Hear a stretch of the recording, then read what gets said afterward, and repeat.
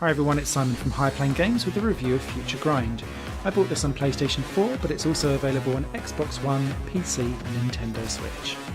This is definitely for fans of games like the Trial series, Uni Racers, perhaps Joe Danger it reminded me of as well back on the PS3. And yeah, this is one of those games where you've got a 2D environment, but you're trying to get your vehicle from one end of the stage to the other without falling off it and dying.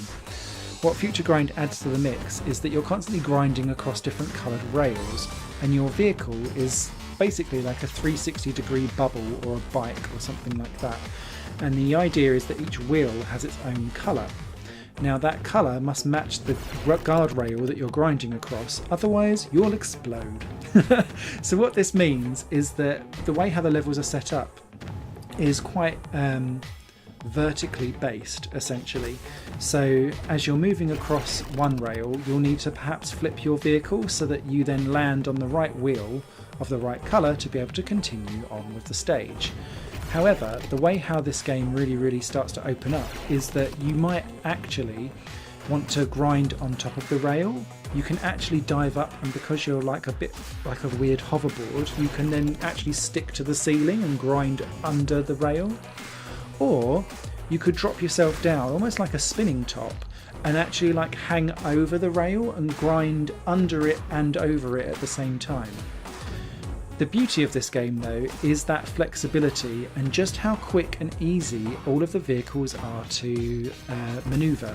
It's one of those ones where if you just smack left on the left analog stick, that like the thing will just spin round stupidly, but as soon as you stop it rights itself really quickly. It's highly arcade driven but really precise in the way how the controls work, and that to me is the crux of why FutureGrind works so well as one of these types of games, because it's one of those games that could have quite easily gone for the we've gone for ragdoll physics, and then I'd have been like screaming at the screen wondering why I find this game so frustrating, because the precision isn't there.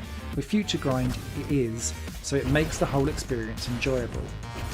Now, having said that, I bet if you were one of those gamers who's just looking to get to the end of the stage in the simplest way possible, you might be missing out on 75% of the fun of what FutureGrind has to offer. The reason why I found that I kept on coming back to this on release night, basically, I was playing this until like 3 AM in the morning, and I was like, oh, I need to go to bed, I'm in work in about 2 hours. Basically, the moreish comes from the fact that the controls are so flexible and the stunts are so easy to perform as you're going along, that you start going for high scores that you probably shouldn't really be thinking that you can go for, but it seems so possible. And so you're like, okay, restart, I can get that triple somersault, damn it, I want that quadruple backflip, restart, and things seem so easy to do. And what the game does is at the end of the high score challenges, it presents different scores with a bronze, silver, gold and platinum trophy next to it. And you see the platinum trophy and you're like, how the hell do people manage that? So you start going about trying to traverse levels in different ways, because actually most of the levels you can complete in loads of different ways.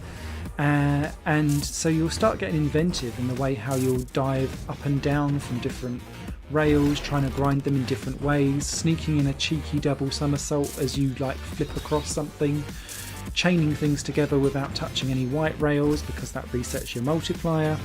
And then you start having to think about the strategy of what you're going to do and then trying to work out how to perfect it.